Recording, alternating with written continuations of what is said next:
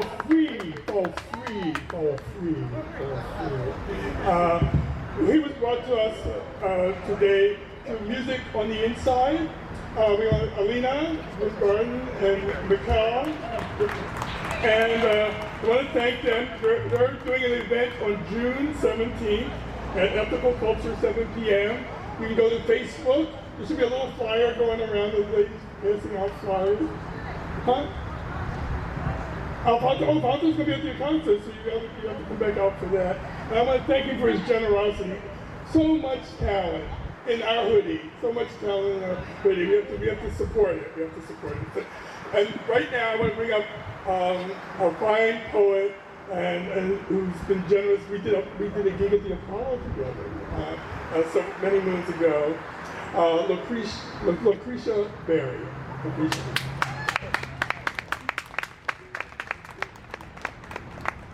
I just want to give another round of applause to the band and to the musicians that are taking time out of their day to perform and do this work and to keep legacy alive. I really honor the ones that came before us and literally that came before me performing.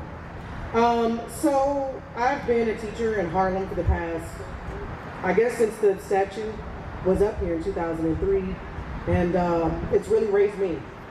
Even though I'm not a resident of Harlem, I've contributed a lot of time in Harlem, a lot of it. So being a teacher, educator, performer, oftentimes people try to dare me to say that Black Americans don't have culture, and that they'll ask, what is the culture of Black Americans? And I say to this is a poem that I wrote in response to that. Wow, this never happened before. My yams be the power that be. After Rebecca Kai Gottlieb, Kendrick Lamar, and Ralph Ellison. My yams be the power that be. You can smell it when I'm walking down the street. Of staggering bronze and joyful genius, of sweetened yummy and curious copper, and undeniable fervor. Of Lincoln County, Tennessee, and Wagram, South Carolina, and country great aunties with storytelling wrinkles. My yams be history. My yams be power walking through family trees. My yams be cultivated, you curated. You can smell it when I'm walking down the street. Of imperceptible mutabilities and created in my own image, of not theirs but ours. And without a gaze, of laughter opening mouths and palms slapping knee, jokes of extraordinary edges and kinky kitchens and head-wrapped poets from Oakland, shout out to Mahogany Brown, of Axe and Finna and the brilliance of Third Kingdom captives holding space for repair. And what we are owed. Of dandelion greens and handheld hot liquor-drenched cornbread and yawns and the Hill District and 10-cycle plays. Of lottery chroniclers and baseball-playing dads with failing kidneys who leave us at 54. And mothers with secrets held in menopausal breaths. My yams be unprofessional. My yams be visibility. Not to those who refuse to see. My yams be Ellison and Catlett and Ruby Dee. You can smell it when we are walking down the street. Of the habitual be and not for play, and nicknames when we forget the birth certificates. Of intricate coily twine and blue magic grease.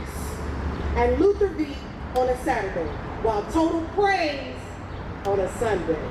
Of Bed-Stuy and Harlem and Queens, of black girl proverbs and black boy joy, and dreams of simply existing. of 150th and Riverside, of Turntables and 149th and 3rd Ave, of Renaissance and Cotton Club and Sankofa, of Corona and Hornblowers inside of Sutphin and Jamaica, of Copa Belong and Tennis Shoes and Pop, of Hella and Two and Young Bull, of Baby and Child Please and Black Puppers, because we're in NYC. My yams be seasoning. My yams be open casket unapologetic. My yams be I am what I am undeniably. Thank you.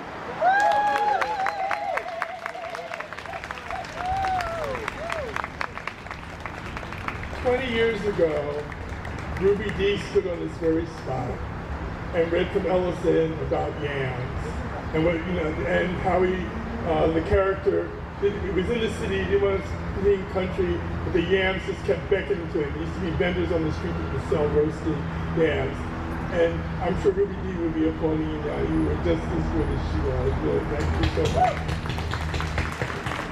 It's about legacy and coming forward and seeing talent and nurturing it and bringing it forward within the community. But I appreciate you very much for that. You really recommend it back.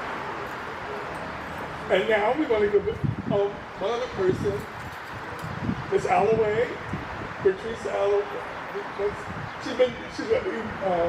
Mr. Young just mentioned, we actually stole her gig date.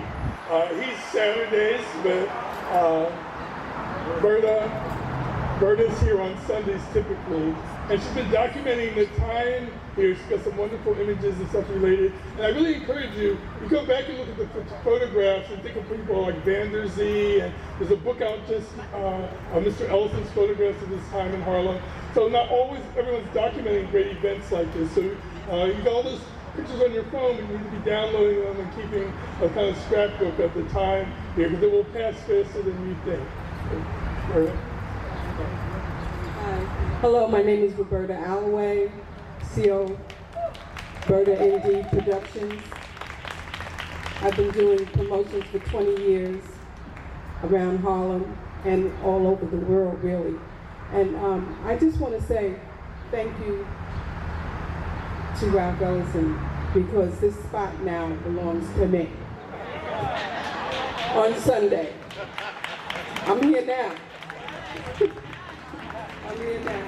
And I want to show you the pictures of some of the musicians and writers and photographers that are here and play here on Sundays.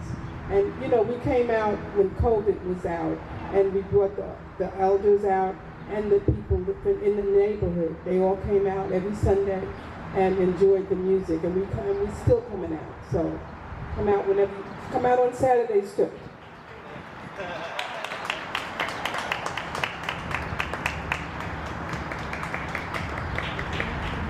These are some of the pictures. Some of the people that are here today are in the photos.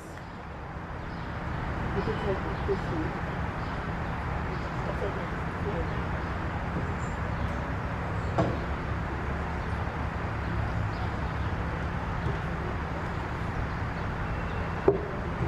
You guys see yourselves here? Diane? Yeah. Okay, so thank you very much. Bye-bye. What's this space without people? So we really want to encourage people to come and use the space and make it special for us. And also I want to really encourage you to volunteer with the Riverside Conservancy. Part of the maintenance and everything, and really keeping the neighborhood up and special is dependent on volunteers. So we encourage you to go on the website and look to volunteer for the Conservancy. So now we're going to turn it back over to Mr. Young. It's all yours. No more interruptions. You got everybody, it's all your stage. It's not an interruption. Please give John Reddick a hand. And I have to thank John and Ryan from the Jazz Museum and Whitney today. Whitney, who set all this up. So it's group effort, team effort. And before we bring up, I've got so many notable singers. Ms. Bonsinger Lewis is here. We've got Dee Dee Todman, we've got Deborah, is that Raj? There's so many people here, but I want to do the audience participation thing first. Usually we do it at the end, but we're going to do it now while we still got a good crowd. So we're going to do a song, and this song is known all around the world. You know what you're supposed to do. You know your part when you come in. This was inspired, talk about the pandemic is the limit, and being out here together is the limit. There was a homeless woman named Minnie. And Cab Calloway and some other folks got together and they made this song to celebrate her spirit.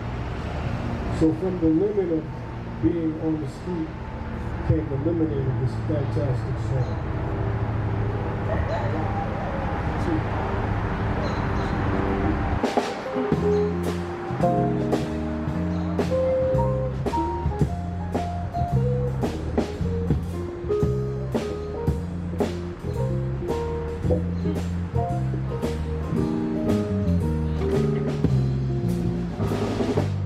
This is a story about Minnie the Moocher. She was a red hat hoochie coocher. Minnie was rough and tough but fair, but Minnie had a heart just as big as you were. Heidi, Heidi, Heidi, Heidi. Odie, odie, odie, odie. You can dance. Odie, odie, odie. He dances. Joanna. Heidi, Heidi, Heidi, Heidi. Come on now. She met a bloke named Smokey. She loved him, though he was cokey. He took her down to Chinatown and showed her how to keep the bond around. Heidi, Heidi, Heidi, Heidi. Hody, hody, hody, hody. Hooty, hooty, hooty, hooty. Heidi, Heidi, Heidi, ho. She had a dream, she met the king of sweet. He gave her things that she was needing. Gave her powers of glass and steel, a diamond car with platinum. Heidi, Heidi, Heidi, Heidi. Hody, hody, hody, hody. Hody, hody, hody. Heidi, Heidi, Heidi, Heidi. He gave her a townhouse and raising horses. Each meal she ate was a dozen courses. She had $1 million worth of nickels and dimes, and sat around and counted them 1,000,000 times. Heidi, Heidi, Heidi, Heidi. Hody, hody, hody, oh, Charlotte. Hody, hody, hody, Heidi, Heidi, Heidi, ho. Get ready, take that break. Heidi, Heidi, Heidi, Heidi, Heidi, Heidi, hi. Hody, hody, hody, hody, hody, ho. Skibbity boop, skibbity boop, skibbity boop, skibbity boop. You all look good. Heidi, Heidi, Heidi, ho. This is an anti-drug song. So, be careful.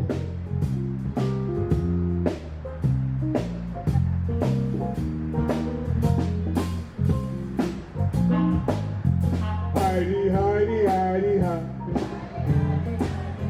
Hody, hody, hody, hody.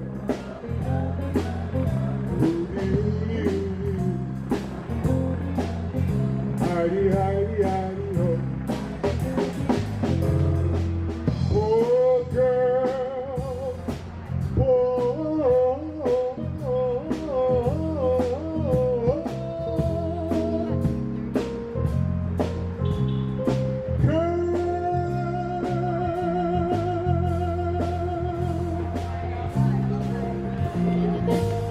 Give yourselves a hand.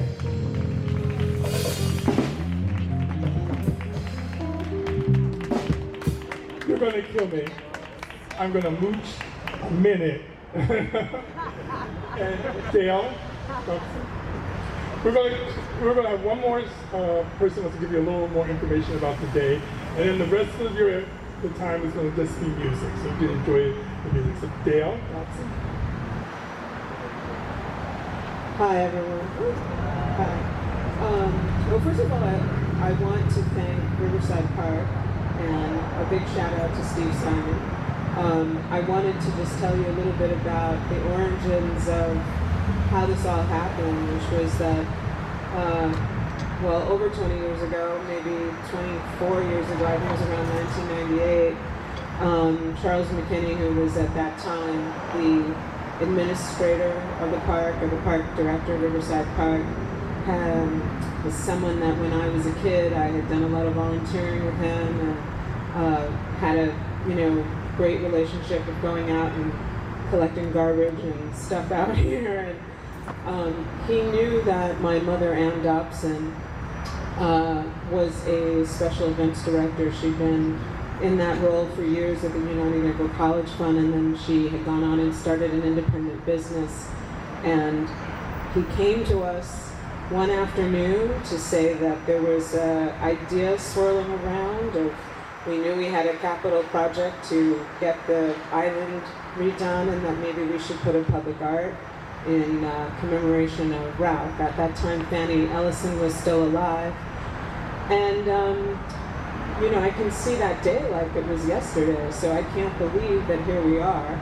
And my mother died in 2013, and I think in all of this, there was no sense of how this would be a part of that, and I think she would be incredibly pleased to see, how the space is used. That's just that wasn't part of what we were thinking. I mean, we were excited enough and grateful enough every time you come and you see someone reading the inscription, or really having a contemplative moment, or coming from students or coming from far away and taking pictures. But this is really an added benefit. And to have seen what had happened in COVID, and to thank you again, Michael, and to see the ownership that you and people like Berta take and take up the space, and a sense of pride of making it your own, this would make her so incredibly happy. So I really thank you for that, and I want to thank John Reddick because, oh God, I'm going to cry.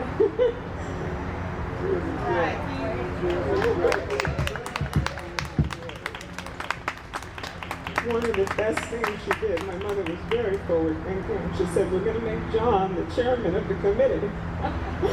That was an incredibly smart, strategic move on her part, as you can see, no doubt.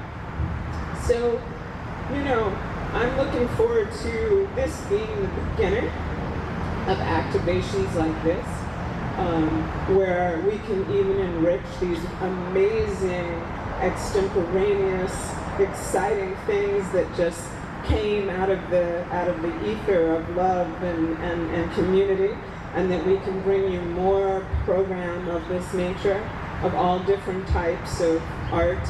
And I should also add, one of the really beautiful things about the experience of building all of this was the way we met every month or so with our councilman at the time, who was Stanley Michaels, and how we would have, brie and snacks and talk about how to make this happen. And we never had any contention, we never had any competition. We came together, we were neighbors, and we were parks, and we were the council, and we just had kind of a real loving experience, and we did it in record time.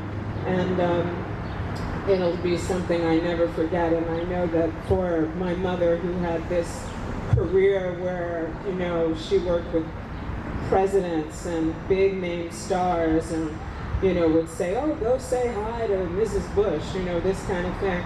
I know that she always said this was the work, this was the project that meant more to her than any of those things.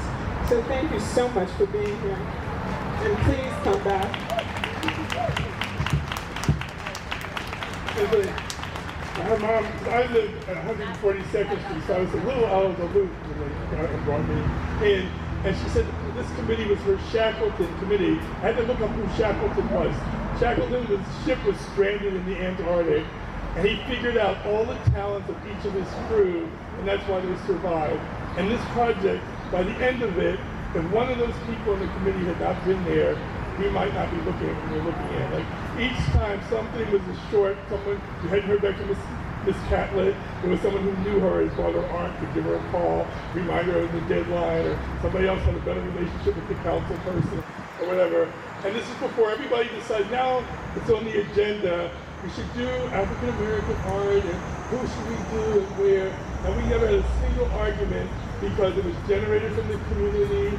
We stepped up to the plate and raised some of the money to do the art part, and the city did all the infrastructure part of it. But I always think about that as one of the ideal experiences of my life because we all had skin in the game. And when the Parks Department said, well, why here? We could say, well, Mr. Ellison lives here. Mr. Ellison's buried in Trinity Cemetery. You can walk up the drive and see his name and Franny Ellison's name from the drive. He was with a member of Hearts and Mothers to the north. There's a reason why it should be here. And as we think about commemoration to any group that's part of the city, thinking about how they were part of the fabric of the city is just as important as why a monument. And I think we'd have better projects if we thought about all those things in unison.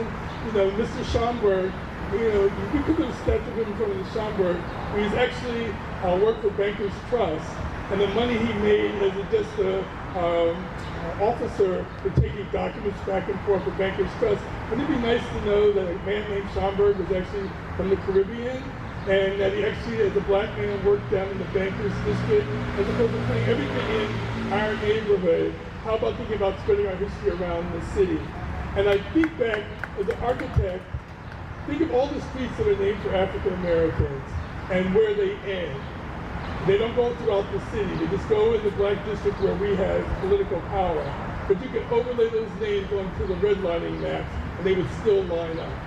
You know, it's not really, if it's really embraced, it goes everywhere. And I'd rather have one street named for Malcolm X that goes from Battery Park to 210th Street than just answering the short question to satisfy the moment. And this is something that was beyond the moment. I take great pride in what we did because we did it before it was on the calendar of everybody else. And it was an authentic effort that brings you here today. It had that same energy because it came from a good place. And we should be pressuring the city and the cultural institutions to think about that bigger engagement that shares our history across the city. So that's the end of my sermon this Sunday. And back to Mr. Young.